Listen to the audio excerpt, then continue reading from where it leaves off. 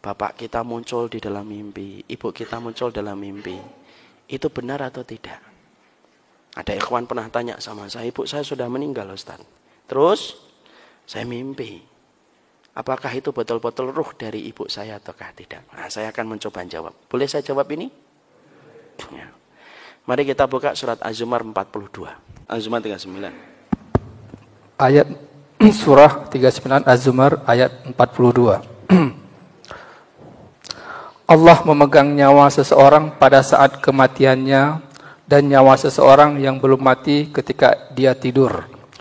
Maka dia tahan nyawa orang yang telah dia tetapkan kematiannya, dan dia lepaskan nyawa yang lain sampai waktu yang ditentukan.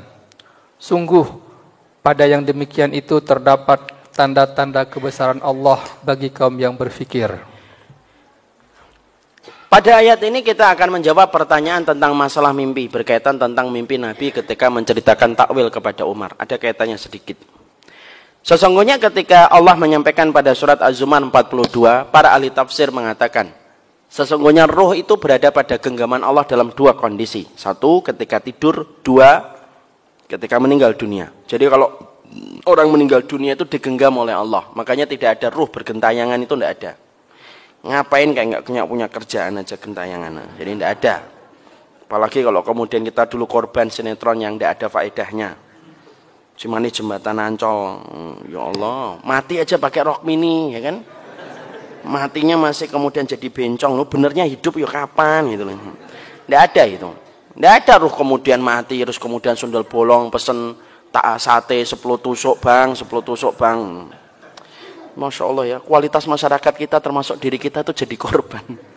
Semoga Allah merahmati ini. Lu kayak gitu kok filmnya ya masih laris dilihat orang. Semoga dakwah ini semerak di mana-mana insya Allah. Maka kemudian di sini kita mendapati ada dua kondisi ruh itu dipegang sama Allah. Yang pertama ketika tidur, yang kedua ketika meninggal dunia. Imam Ibnu Katsir rahimahullah ta'ala, nanti dibuka tafsirnya.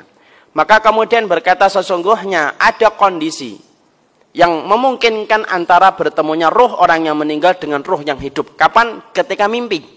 Itu ada. Jadi mereka bisa bertemu.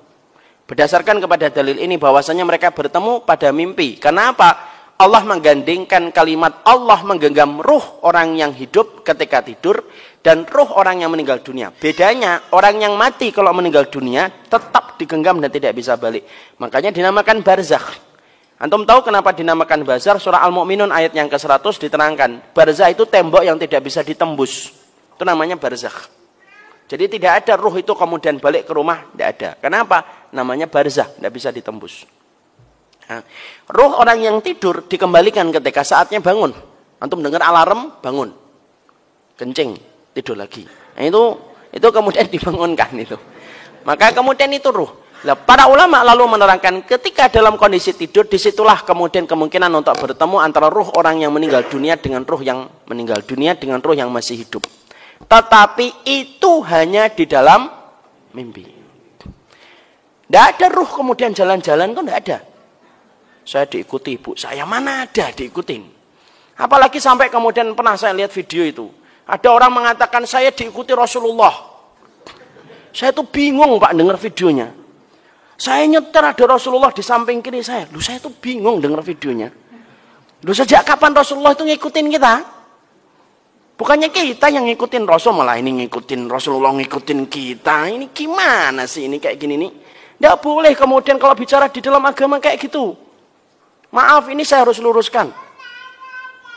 Ada orang ngaku Rasulullah ngikutin saya kemana-mana. Itu ketika saya dengar itu bingung kepala saya itu.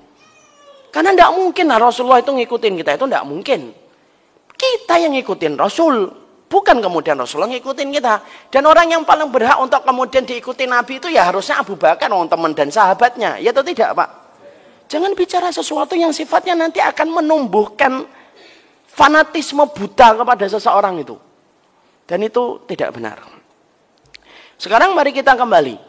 Bagaimana kondisinya kalau ruh itu bertemu dalam mimpi? Kalau kita bermimpi, ketemu dengan ruh orang yang telah meninggal dunia, maka pada hakikatnya itu adalah benar. Itu adalah benar. Makanya kemudian dikuatkan ini dalam satu riwayat yang sahih, bahwasanya pada satu peristiwa ketika habis pada zaman Abu Bakar radhiyallahu anhu, ada perang Yamamah. Ada perang Yamamah. Ada salah satu sahabat yang bernama Thabit bin Qais ikut perang Yamamah. Tahu perang Yamamah? Perang antara para sahabat dan VS menghadapi Nabi palsu Musailamah al-Kadzdzab di sebuah tempat yang bernama Yamamah. Ada seorang sahabat itu, Thabit bin Qais, itu mengikuti peperangan itu dan beliau gugur. Karena peperang Yamamah itu perang yang cukup menguras tenaga dan banyak sekali mengalirkan darah para sahabat dan para qurra' yang menghafalkan Quran. Termasuk yang gugur itu Thabit bin Qais. Thabit bin Qais itu meninggal dunia. Maka setelah beberapa hari Thabit bin Qais itu meninggal dunia, dikuburkan, maka kemudian ada seorang sahabat itu didatangi oleh Thabit bin Qais dalam mimpi. Lalu Thabit bin Qais itu berkata kepada sahabat itu, aku ini ketika kemarin ikut dalam jihad Yamamah, aku memakai baju besi yang bagus, harganya mahal. Dan ketika aku meninggal, maka kemudian ada yang mengambil baju besiku, mencurinya, lalu kemudian membawanya ke rumah dan ditaruh di depan pintu rumahnya, lalu ditaruh ditutupi dengan pelana kudanya. Rumahnya begini, sifatnya begini. Dan tolong jangan kamu anggap ini adalah mimpi biasa. Kemudian Thabit melanjutkan, saya juga kemudian mendapatkan ada orang yang hutang kepada saya, Fulan bin Fulan, Fulan bin Fulan. Dia hutang sama saya. Maka kemudian kamu nanti sampaikan kepada Abu Bakar supaya orang itu membayar hutangnya kepada saya, supaya kemudian bisa membayarkan hutang saya, karena saya punya hutang sama Fulan dan Fulan yang lainnya.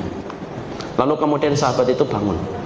Ketika sahabat itu bangun, dia sempat ragu, ini mimpi kok kelihatannya benar. Tapi dia menyampaikan kepada Khalid, Khalid, Thabit bin Qais datang dalam mimpiku, lalu kemudian mengatakan begini dan begitu. Khalid bin Walid radhiyallahu anhu berkata, bagaimana sifat rumah yang diceritakan di dalam mimpi ini? Sifat rumahnya begini dan begini dan begini dan begini. Sama Khalid langsung beliau cari rumah itu, ketemu Pak rumahnya. Apalagi yang diceritakan, ada pelana kuda di depan rumahnya, ada pelana kudanya. Dibuka dan ternyata betul ada baju besi di situ. Diambil, dikembalikan kepada Baitul Muslimin. Kemudian sahabat tadi akhirnya mantap mendatangi Abu Bakar dan berkata, Thabit bin Qais menemuiku di dalam mimpiku. Apa yang dikatakan Thabit? Kata Abu Bakar, dia katanya pernah meminjamkan uang kepada Fulan dan belum dibayarkan, padahal dia punya utang sama yang lainnya. Kemudian sama Abu Bakar disuruh kurirnya untuk menemui orang yang disebutkan oleh Thabit di dalam mimpi sahabat tadi. Ketemu orangnya, ditanya, kamu punya utang sama Thabit bin Qais? Iya. Bayar utangnya, dia telah meninggal dunia. Dibayar utangnya. Kemudian setelah itu Abu Bakar dibayarkan kepada orang yang pernah dihutangi oleh Thabit bin Qais. Pernah kamu Thabit bin Qais utang sama kamu? Iya. Berapa? Segini. Dibayarkan. Sampai kemudian para ahli tafsir berkata, itulah wasiat orang yang meninggal dunia yang pertama kali dipenuhi sama orang yang hidup. Paham di sini, ikhwan? Ini hadisnya sahih. Hadisnya sahih. Berarti ini menjelaskan kepada kita bahwasanya kalau antum tiba-tiba ditinggalkan ibu antum beberapa tahun, tiba-tiba ngeliat ibu antum pakai daster, diam, nah itu benar. Kecuali kalau perintahnya bertentangan kitabullah dan sunnah. Bunuh anakmu, nah itu tidak ada.